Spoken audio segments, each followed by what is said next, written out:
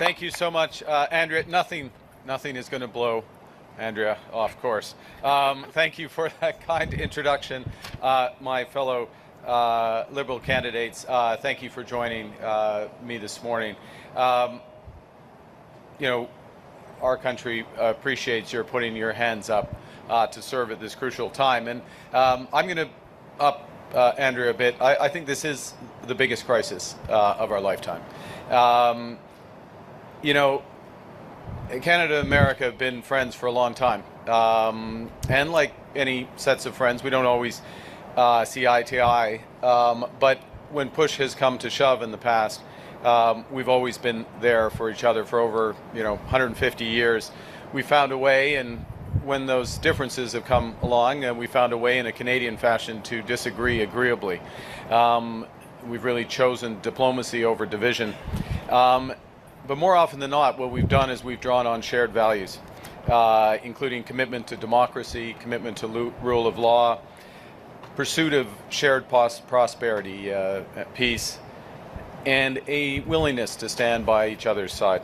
And really that kinship is symbolized here behind me at Niagara Falls. The falls come from the same river, divides into two very different experiences. Of course, it's a much more beautiful experience on the Canadian side, as we want to point out, everyone knows. But after those different experiences, that river through the falls reunites. Obviously, each side of the falls, each side of the river, there's town with the same name. And over really centuries have shown the value of collaboration over conflict. Collaboration being the path to great prosperity, because we share a stake in each other's success in Niagara Falls and between Canada and the United States. Unfortunately, that attitude, that approach is changing, and it wasn't us that has done the changing. Maintenant, les menaces tarifaires de président Trump, des tarifs de fentanyl, des tarifs sur l'acier et l'aluminium, des tarifs sur les véhicules, des tarifs perspectives de bois d'œuvre, des tarifs perspectives de la cuivre et d'autres,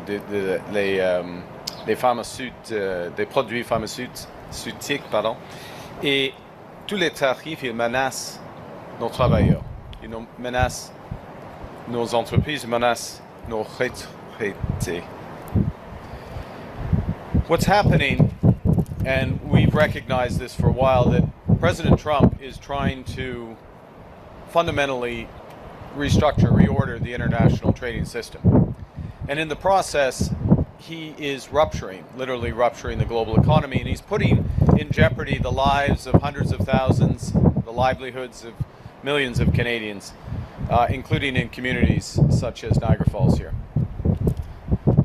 We recognize that the relationship that Canada has had with the United States, one that for more than 40 years has been based on steadily deepening integration, is over.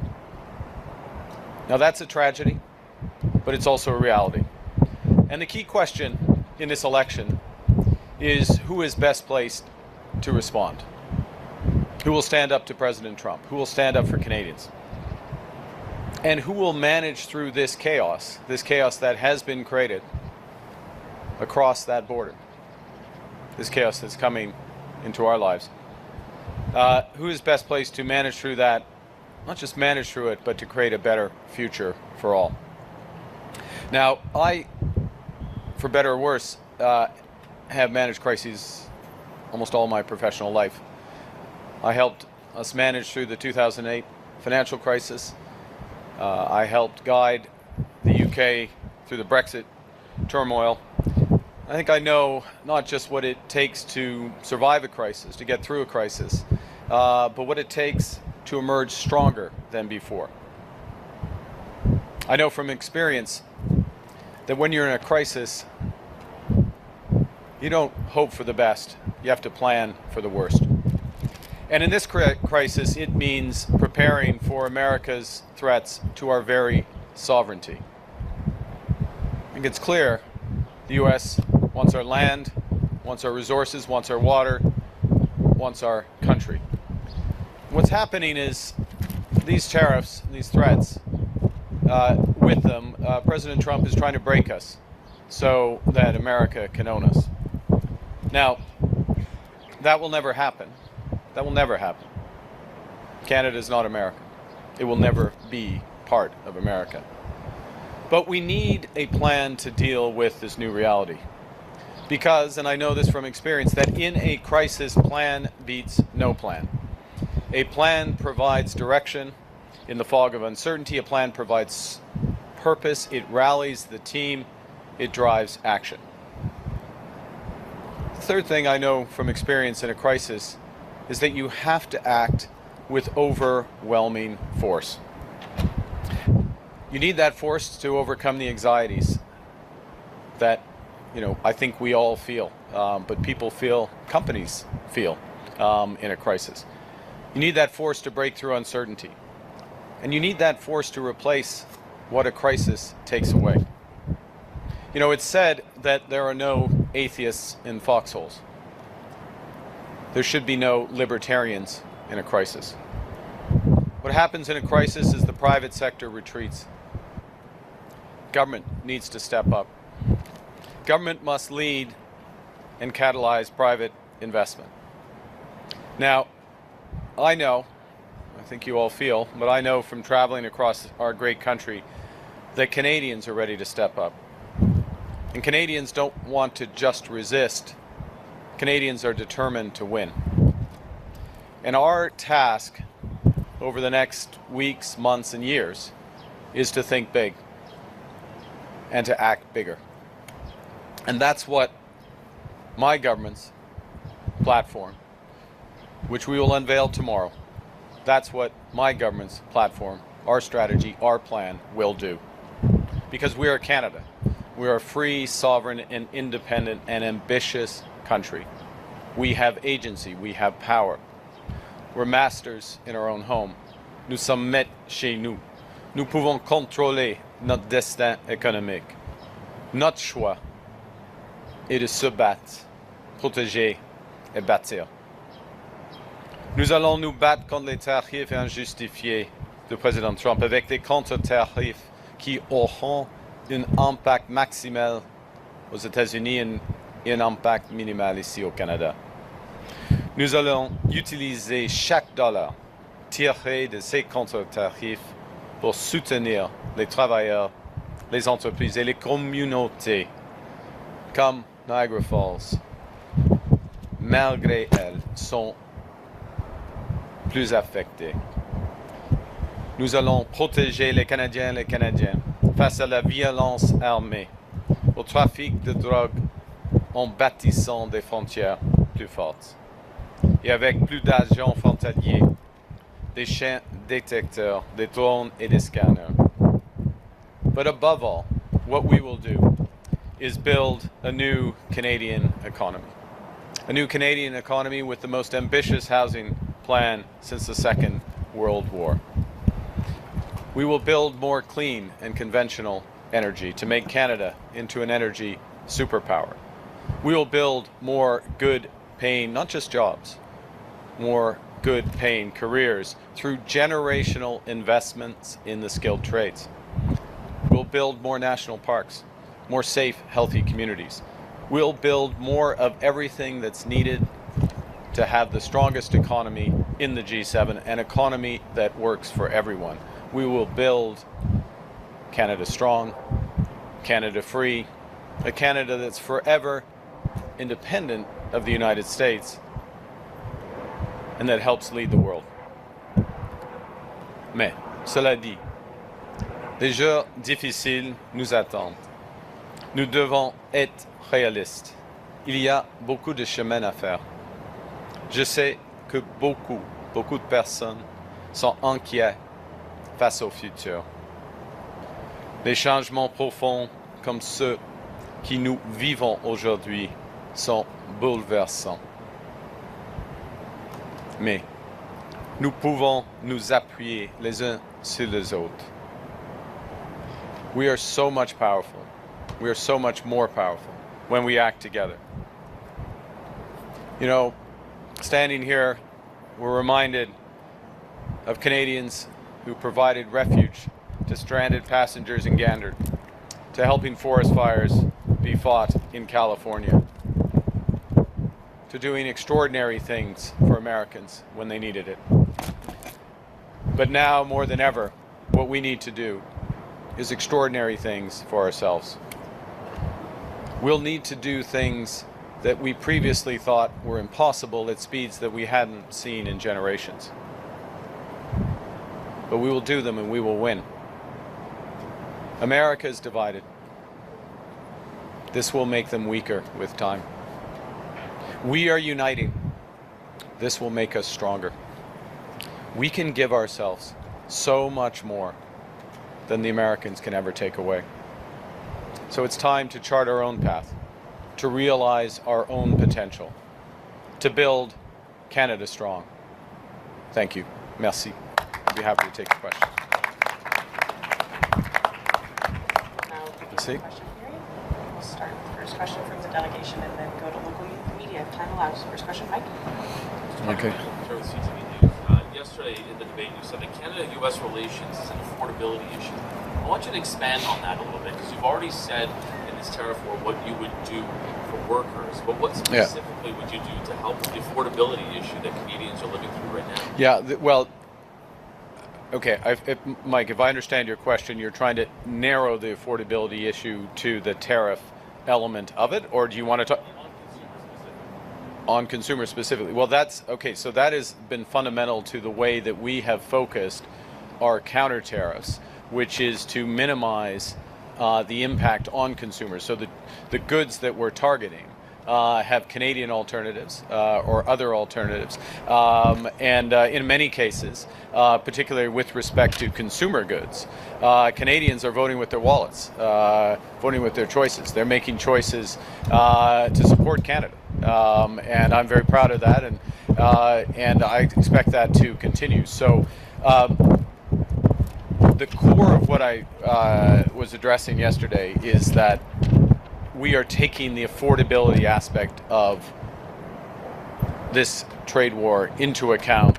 We're being smart about how we target the U.S. tariffs. It's one of the reasons, there are many, but it's one of the reasons why, given the scale of U.S. tariffs now, we are not matching the U.S. tariffs dollar for dollar. I'll give you your follow-up. You had just said in your speech right now that America is divided and that is making them weaker. We are united, and that will make us stronger. There's a sentiment in the western part of this country that runs counter to that. How do you reconcile how people are feeling out west with what you just said now? Well, look, I think I'd say we are uniting. That's a dynamic. I think that there is a sense, and I am from the West. There is a sense of shared purpose in the West as well that's coming together. And even though there are sometimes differences, different levels of government. I'll give you an example. We've 3 weeks ago. A lot has been packed into the last 3 weeks. Maybe I'll round it to 4 weeks. 4 weeks ago.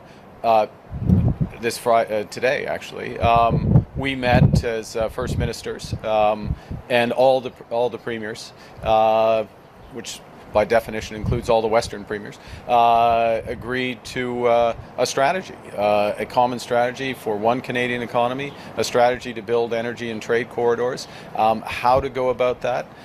Subsequent to that meeting, that agreement, I have laid out some of the main elements of how we would deliver on that. So part of this, there is a shared sense of purpose. There is a dynamic that's there. There's a lot to build on. And I'm committed that if we are elected, that my government will deliver. Will deliver for all Canada, and very much including Western Canada. Thank you. Justin Ling, freelance. Last night at the debate, you said the single greatest threat facing Canada was China. I'm hoping you can expand on that a little bit and tell me a bit about how our current relationship with the U.S. impacts that threat, and specifically how you would stand up for the sovereignty of Taiwan, given the current chaos and uncertainty. Well, there's several aspects to China. I'm very clear-eyed about China. It is the second largest economy in the world. It is our second largest trading partner. It is also, and I'll choose my words carefully, given that I'm briefed on these matters and have my security clearance and do that. It is one of the largest threats to, with respect to foreign interference, which we have to counter, and we are countering. It is a partner, more than that, with Russia, and is supporting them in its unjustified invasion, illegal invasion of Ukraine. It is a threat within broader Asia, and to Taiwan, and so we both have to engage with China, take steps to protect ourselves here, take steps, for example, which we have done in the last few weeks, steps to protect the Arctic. China is a threat, becoming an emerging threat to the Arctic, which is why we will now have, one of the reasons why we'll now have year-round presence in the Arctic, why we have over the horizon radar struck with Australia, why we have announced that we're going to reinforce our icebreakers and our military capabilities in the Arctic. So, as from a geopolitical sense, the biggest threat we're taking action to address. En français, c'est la menace chinoise. Pour moi, c'est clair. La Chine est l'économie, la deuxième économie mondiale. C'est notre partenaire commercial. En effet, c'est le deuxième partenaire commercial ici. Mais probablement, c'est une des pays qui est une source de l'ingérence étrangère ici au Canada. Ça, c'est clair. Il est un partenaire militaire avec la Russie, et la Chine menace des pays, quelques pays en Asie, y compris évidemment Taïwan. Et point final pour nous au Canada, la Chine menace l'Arctique, notre Arctique, et c'est une des raisons pour lesquelles nous avons investi, ou nous commençons d'investir, c'est plus correct, nous commençons d'investir sur le radar avec l'Australie, et on a renforcé nos forces armées en Arctique. Merci. Just very quickly, if possible, can we afford to have a trade war with both of our largest trading partners, especially as Europe looks to open the door to China once more? Well, I think two things. One, the system as a whole is being reordered. The trading system is being reordered. In my view, we will end up with different levels of engagement. The world of which we are a part will end up with different levels of engagement with different countries depending on the degree to which values are shared. And that level of shared values with the U.S. is shifting, so our level of engagement will shift. There's a bigger gap, there's a very large gap with respect to China, obviously, which has implications already for our trade and will be going forward.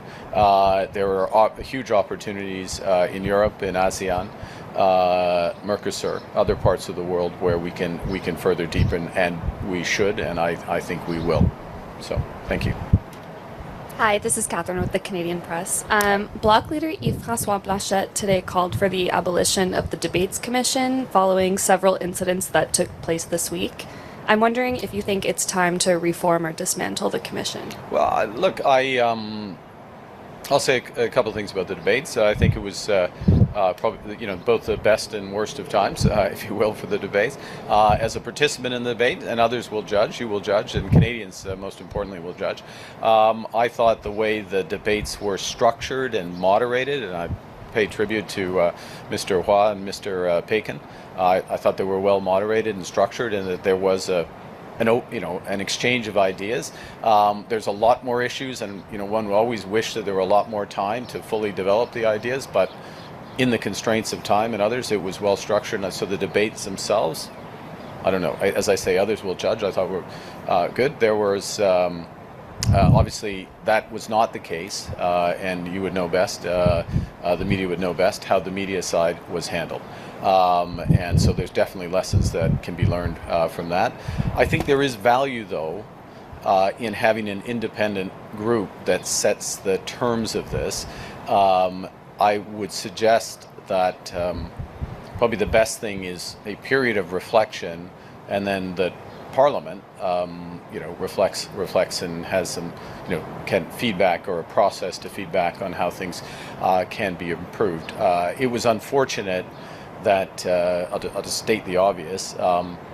It is absolutely right and necessary and appropriate. It's not to after the debate to take your questions, and that couldn't happen last night, and that was I regret that. And well, this is a substitute for it. It's not a full substitute because obviously it's a subset of the media that's here for the questions. En français, courtement, c'est pour moi le débat actuel était favorable. Il y a de bons échanges. Les modérateurs sont très capables, et puis et la structure, ça marche. Pour moi, ça marche. Mais c'est pour les Canadiens d'être les juges.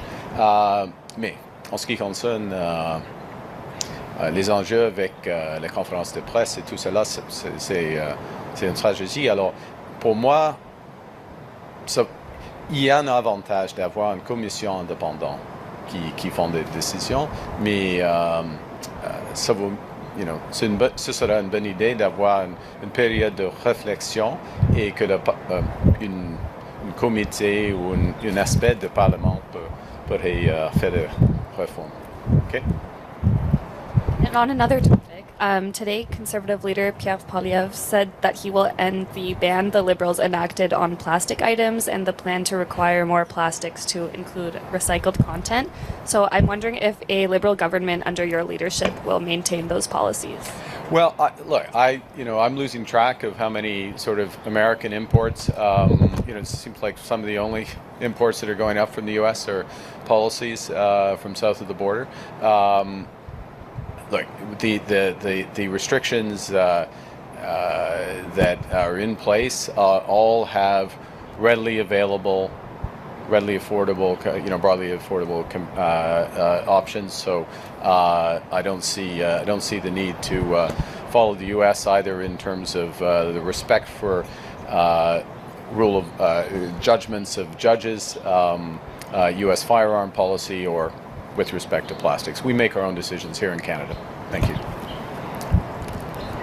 Last question. Sorry, we'll just do one last question from the delegation before going to local media. Oui, bonjour. Bonjour. Pour suivre le débat sur le débat, considérez-vous que les organisations comme Rebel News, comme Juno, comme True North sont des organisations médiatiques? Est-ce qu'on peut les appeler des journalistes?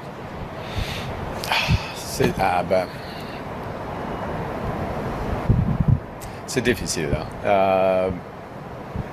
C'est un des avantages d'avoir une commission indépendante qui fait des... je sais. Mais pour un politicien de faire des jugements sur la qualité de la média, ça, pour moi, ça m'inquiète un peu. Okay. I would prefer, in these circumstances, to have independent judges of the media and the appropriate media. I have many reservations about some of these organizations, but I don't want to be the. I think as a politician, making those determinations is it makes me uncomfortable for me to be judging on media quality in that regard. I would rather err on having more robust questioning than the other side. Je voudrais vous emmener sur l'entente sur les tiers pays sûrs qui repose sur le fondement. Le fondement de l'entente, c'est que le premier pays où les demandeurs d'asile arrivent sont sûrs. Considérez-vous que les États-Unis, étant donné que des migrants sont envoyés dans des prisons au Salvador ou à Guantanamo, est-ce que vous considérez encore que les États-Unis sont un pays sûr et donc ils respectent l'entente? À ce moment-ci, à ce moment actuel, oui. Parce que le système de call aux États-Unis continue de fonctionner. On vient de le voir avec des jugements à Boston et d'autres parts des États-Unis. Mais alors, Madame. Radio-Canada, Oui. est-ce que vous demandez une majorité aux Canadiens? Non, non. On cherche des votes des Canadiens. On cherche le soutien des Canadiens. Nous sommes humbles. On dévoile nos idées. On lutte pour nos initiatives.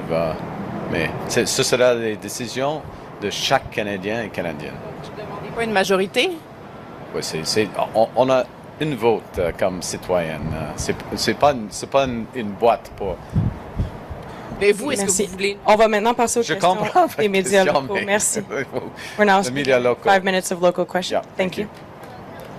HCH News. You faced many comments yesterday during the debate about having advised Justin Trudeau, about being similar to Justin Trudeau. What do you say to Canadians who are concerned that your Liberal government would be much of the same? Well, look, I mean, I think I answered that very directly. I'll answer it to you. I mean, Justin Trudeau is gone. I am not Justin Trudeau. And you can see in the first month of my being Prime Minister many of the differences. We canceled the carbon tax. We rolled back the capital gains hike. Huge focus on the economy. Ability to bring together all the provinces to get, for agreements. Diversification of our security partnerships with Australia, with the UK, with France, with the European Union. A totally different approach to housing. A openness and breadth of our energy superpower policy. So I can go on, but I'm going to let your colleague in local media ask the following question, I guess. Hi, it's Ray Spiteri. I'm a reporter with the Niagara Falls Review. Great. Obviously, we're here. The United States is right Just- across over just there. Your press conferences between the American and the Canadian Horseshoe Falls. There's a lot of people here that have family on both Yeah. sides of the border, businesses that rely on trade between both sides of the border. Can you comment just to the local community about how they're feeling right now, and sort of if we're ever going to get back to a sense of normalcy? Look, I think, well, yeah, thank you for the question. I think there's several aspects of that. One is just, this is a difficult time for Canadians. And I especially in border communities where the ties are even deeper. I mean, the ties Canada and the U.S. are very deep, but they're even deeper in this community, as you say, ties of blood and workplaces and others. This is going, the situation is very fluid. It will not fully go back to where it was. The U.S. has changed its priorities. This is not a little thing, and we have to be clear-eyed about that. What is going to get the best result for Canadians is to be strong. To be strong. And the best way for us to be strong is to be strong at home. And so our focus is on building at home, and rebuilding, or building, I would say is a better way to say it, building a new relationship, new economic security relationship with the United States. It will be better than it is now, but it won't go back to what it was before.